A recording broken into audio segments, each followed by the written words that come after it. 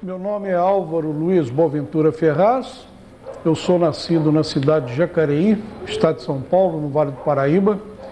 Eu nasci em 13 de maio de 1945, de uma família de músicos. Meu avô era maestro, tios maestro, tia pianista, violinista, então eu nasci no meio musical. E devido a essa influência, o meu interesse pela música começou logo aos 10 anos de idade. Diziam meus antepassados que ao gatinhar no corredor da casa de meu avô tinha os instrumentos de sopro. E diz que eu gatinhava e já soprava os bocais de bombardino, os bocais de baixo, ficavam tudo colocado no chão. Então eu cresci ouvindo seresta, cresci ouvindo música de câmara e cresci ouvindo a música popular da época, né? Os cantores da época, 1930, 35, de 40, 45, então tudo isso aí influenciou muito no meu interesse pela música, né? Depois a gente foi crescendo e eu fui participar da vida de um colégio onde eu entrei para estudar, onde tinha uma banda infantil, uma banda de uma formação muito boa. Inclusive ela chegou a ser campeã de um campeonato na Record, no quarto centenário do estado de São Paulo, da cidade de São Paulo, e essa banda foi campeã. Então isso aí me interessou muito e eu comecei a aprender música aos 14 anos de idade. Eu vivi praticamente dentro da música, desde os 14 anos até hoje. Eu só tive um período de afastamento da música, que foi um período que aconteceu, acho que com todos os músicos, que foram os anos 70. Os anos 70 foi uma década crucial para os músicos de instrumento de sopro, de música acústica, sem eletrônica, porque foi a entrada da eletrônica na música brasileira. Então começaram a aparecer os tecladinhos da época, as guitarras, e os instrumentos de sopro começaram a perder valor, trompete, trombone, sax, e eu na época tocava trompete. Então, devido à falta de serviço, eu fui obrigado a abraçar uma outra profissão, da qual eu gosto muito e me orgulho dela também, que é a profissão de gráfico. Eu sou impressor de offset, formado pela Escola Técnica de Artes Gráficas de São Paulo. Então, o meu interesse pela música e a minha vida musical aconteceu nesse período aí.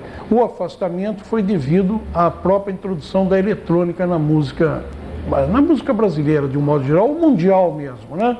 Porque nos Estados Unidos já os teclados já começaram a substituir a orquestra, aquela coisa toda. Como era novidade da época, todo mundo corria atrás da eletrônica. Hoje já está saturada, né? Hoje corre que eu creio que uns 70% a 80% de apresentações musicais são acústicas e 30% eletrônica, porque a eletrônica ela é monótona. Ela não tem o calor do músico no sopro do instrumento, não tem o calor do músico na interpretação da melodia, ela é muito metódica, ela é muito quadradinha, muito certinha, mas muito metódica. Então é cansativo para você passar 4, 5 horas num baile eletrônico ou num barzinho ouvindo música eletrônica, é muito cansativo. Então hoje, graças a Deus, voltamos a ter serviço e está aí toda a garotada se interessando por música e a gente voltando a trabalhar e a viver de música como seria o correto.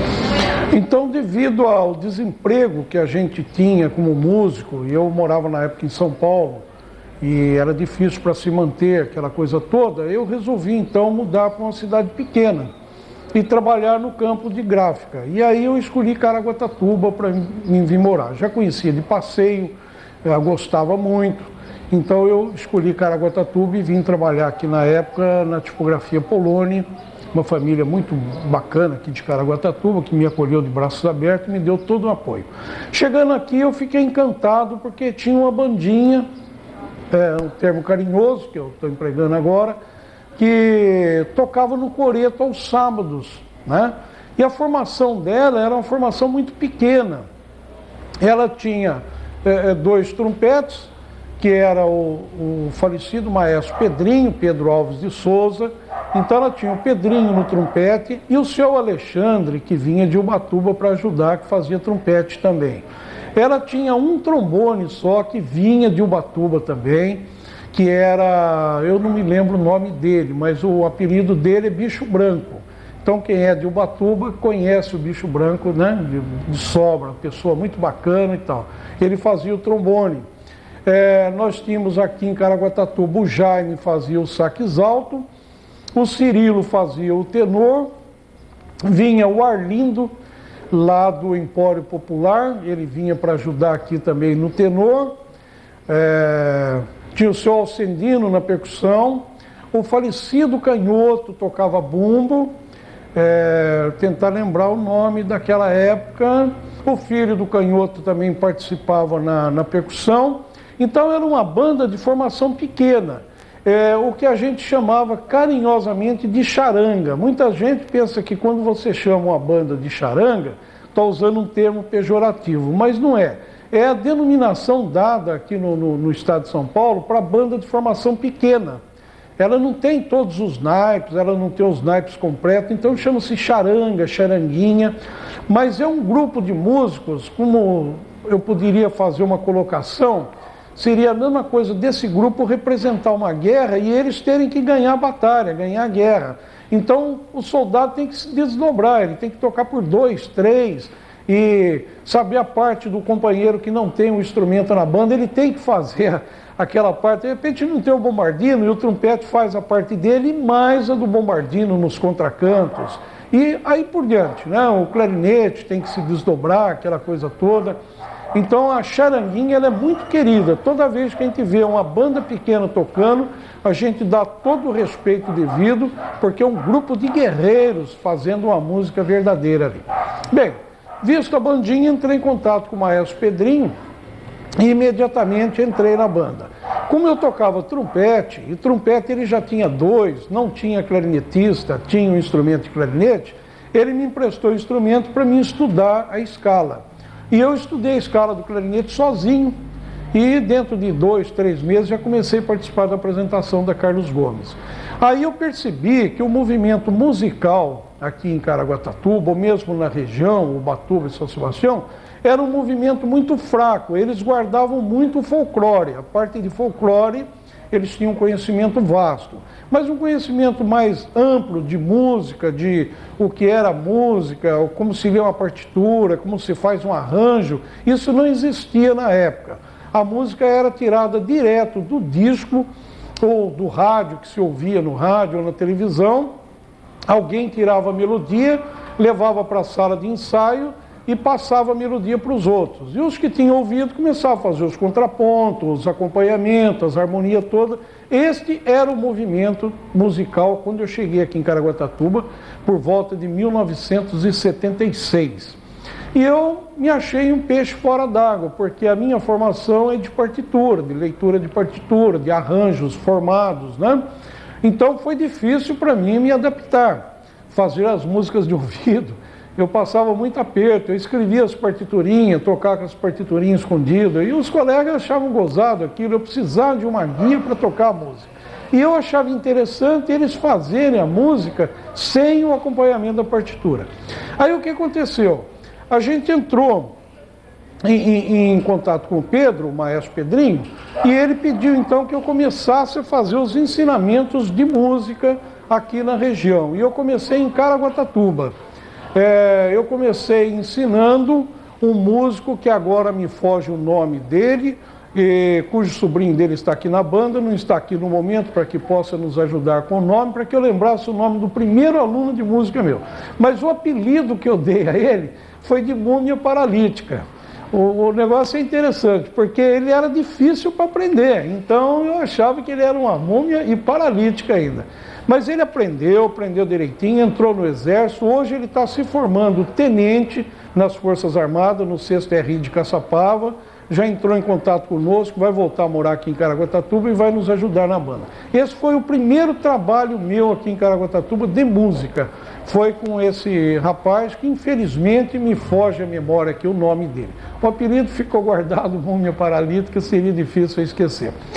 Em seguida eu comecei a ensinar meus 2 filhos. Eu falei que haveria um trabalho contínuo e eu precisava de alunos, mas todo mundo tinha medo, vinha aprender música, era uma coisa meio difícil. Então eu comecei com esse menino e os meus 2 filhos. Os 2 filhos aprenderam, aí começou, todo mundo tem interesse de aprender. E com esse interesse começamos a trabalhar com arranjos, né? Então ficou mais fácil.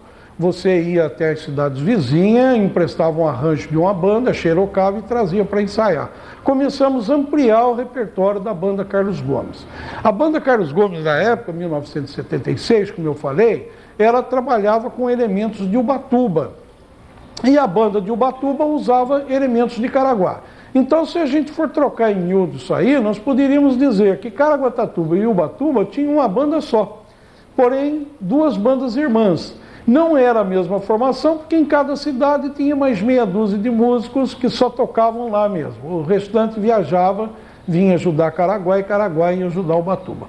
O mais bonito disso tudo, o mais gostoso disso tudo, eu vou lembrar os nomes, e essas pessoas tiveram a oportunidade de me ouvir, eles vão lembrar do aniversário de Caraguatatuba e do aniversário de Ubatuba, onde era uma congregação muito grande de músicos, porque aí toda a banda de Caraguá queria ir para Ubatuba para participar de Ubatuba.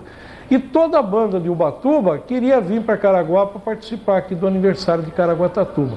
Então, para nós, era uma confraternização de músicos da região. E terminava num almoço muito gostoso, num almoço muito harmonioso, onde todos se confraternizavam, riam-se à vontade, comiam, tomavam cervejinha, aquela coisa toda. Era um dia muito especial na nossa vida. Quem pertenceu a essa época e está me ouvindo há de lembrar, né? Então vou citar os nomes da época. Lá em Ubatuba nós tínhamos o seu filhinho. O seu filhinho foi presidente da Ordem dos Músicos muito tempo, ele tocava trombone. Nós tivemos o Manequinho do clarinete, o seu Manuel, que trabalhava numa loja de ferragens, né? Pessoa finíssima. Nós tínhamos o seu Paulinho, que trabalhava na reta escavadeira acho que da prefeitura, se não me falha a memória. Nós tínhamos o Guerra, pescador, tocava prato. O filho do seu Maneco tocava o bumbo. O menino da caixinha, agora me fugiu o nome, Maurinho, tínhamos o Maurinho na caixinha, o Arlindo no sax tenor. Os nomes que eu lembrei lá de Ubatuba são esses daí. Tinha o Mané do trombone, e aqui em Caraguá nós tínhamos o Cirilo, nós tínhamos o Jaime, tínhamos o seu Zé Pinto no baixo tuba, tínhamos quem mais, deixa eu forçar a minha memória aqui para lembrar, porque eram tantos os companheiros, o Gasparzinho tocava trompete, o Canhoto, que eu já falei, falecido. Enfim, era uma congregação muito grande de músicos no dia do aniversário. Para gente que relembra e para gente que toca, né, nesses fatos aí, chega até a marejar os olhos de lágrimas, que tantos eram os companheiros da época, tão fiéis e tão bacana, pessoas de alto nível, de autoestima, né? Aquela coisa toda. Bem, eu fiquei aqui em Caraguatatuba e comecei a tocar e fazer o movimento, ensinar. Começou a aparecer os primeiros músicos, começaram a ler as primeiras partiturinhas, e isso aí despertou o interesse da cidade de São Sebastião. São Sebastião estava montando uma banda na época. E o meu trabalho chegou até lá e eles vieram me convidar para participar para lá. Como na época, eu já tinha falado, a gente estava passando uma parte financeira muito difícil, porque o emprego estava difícil, aquela coisa toda, então o interesse financeiro me obrigou a deixar Caraguatatuba e rumar para Ubatuba. Isso aí foi por volta de 1981, quando foi fundada a banda de São Sebastião, e uma escola de música. São Sebastião teve a primeira escola de músicas daqui do litoral. Trabalhei lá em São Sebastião até 1990, por volta de 1990. Em 1990 eu voltei para Caraguatatuba, porque me abriram a oportunidade de trabalhar dando aula aqui e ganhando já um salário pela prefeitura. Aí o maestro Pedrinho conseguiu que isso fosse dobrado para Ubatuba, que esse mesmo trabalho que eu fazia em Caraguatatuba fosse levado para Ubatuba. Eu não me lembro a data da fundação da Fundarte, deve ter sido por volta de 1990, 88, e eu tive a honra e o prazer de ser o primeiro funcionário da Fundarte. Se olharem no livro de registro lá, o meu nome figura na folha 1 com o número 1. Então o primeiro curso que teve lá foi o curso de música, que era ministrado por mim, e a gente tinha uma oficina musical que a gente fazia o sábado, que é o mesmo método que eu emprego em todo lugar que eu trabalho. A gente dá-se a aula durante a semana e no sábado a gente faz uma oficininha. A gente começa a levar o aluno já para tocar as primeiras partituras em conjunto. Então ele já começa a se adaptar para participar de bandas, participar de conjuntos, aquela coisa toda. Perdeu o medo da música. É uma oficininha sem compromisso, entra quem está começando, e aí a gente incorpora alguém que já toca. Músico que às vezes está parado em casa, mas já conhece música, também participa, porque ela não tem uma formação especial, não tem nada, é uma oficina musical. E essa oficininha nós tínhamos ao sábado lá em Ubatuba, e me dá uma saudade muito grande, porque lá começou a ingressar na banda, que hoje ainda fazem parte lá, o Valdecir, que é o maestro da banda lá de Ubatuba, um grande maestro, por sinal, o irmão dele, o Amarildo, na época, todos os alunos, o Manequinho do Correio, o Gordinho, era meu trombone de vara, a Carol, a Carolina, que, se não me engano, ela está ingressando na Orquestra Sinfônica do Estado de São Paulo, ou em alguma orquestra grande em São Paulo. Ela tocava trombone de vara na época lá, que era até um sucesso, né, aquela coisa toda. E como o maestro Pedrinho não queria que a gente colocasse mulher na banda, e a gente não sabe porquê, era uma opção dele, então quando elas estavam tomando aula e o Pedro chegava, a gente corria e escondia os instrumentos embaixo dos bancos. E ele perguntava: o que são essas meninas aí? Ele falava: não, vem namorar os músicos aí, aquela coisa toda. Quando foi um sábado, ele chegou lá de surpresa e pegou todo mundo tocando. E a partir daí ele mudou o conceito dele. Então eu tenho comigo esse orgulho muito grande de ter sido o primeiro a iniciar estudo de músicas escrita aqui no litoral e de ter colocado o elemento feminino em banda musical. O que hoje só serviu para engrandecer. Porque hoje os grupos são formados com formação grande, porque tem bastante menino e bastante menina. Se talvez nós ficássemos só com o elemento homem, o número seria mais reduzido, né? Então, eu fiquei com o trabalho em conjunto em Ubatuba e Caraguatatuba. Dava aula lá e dava aula aqui, participava da banda daqui e da banda de lá. Havia um consenso, então nós fazíamos a apresentação da Carlos Gomes aos sábados aqui em Caraguatatuba e da Padre Anchieta aos domingos em Ubatuba, para que não houvesse aquele cruzamento de serviço e todos pudessem participar das duas bandas. O mais difícil é quando chegava 7 de setembro, que tinha desfile nas duas cidades, no mesmo horário, aí tinha que fazer uma divisão, então você me ajuda aqui, fulano ajuda lá, e nós fazíamos tudo em família, e a coisa corria muito bem, era muito gostoso, né? Bom, aí foi chegando uma época em que o trabalho foi crescendo e eu comecei a fazer regência por causa da oficininha. Então eu comecei a estudar alguma coisinha de regência, né? Não era o meu forte, eu não tinha nem pretensão de reger banda nenhuma, mas era obrigado, porque eu trabalhava com um grupinho formado, então eu tinha que ler já uma guia, tinha que fazer aquele trabalhinho meu ali. Comecei a mexer com a regência. E de repente, instantaneamente, a morte do maestro Pedrinho. Pedrinho fez o carnaval em 1992, ele fez o carnaval de 92, no mês de março, ele pagou os músicos, era uma festa só, ele fazia os dois carnavais, de Caraguá e Ubatuba, dava serviço para todo mundo, né? Era uma pessoa muito humana, muito bacana, e acabou o carnaval, ele pagou o pessoal e em seguida ele faleceu. Então as duas bandas ficaram praticamente órfãs, né? Ninguém esperava aquilo lá, não tinha se prevenido nada, aquela coisa toda. E o enterro dele aconteceu na cidade de nascimento dele, que é Paraisópolis. Aí lá em Paraisópolis já estava havendo um consenso entre os músicos para a escolha do meu nome para comandar as duas bandas. E eu estava alheio a tudo isso aí. Eu estava imaginando em músicos mais velhos da época, que já eram contramestres, como era o caso do seu Alexandre, lá em Ubatuba, o seu Zé Pepe aqui em Caraguatatuba.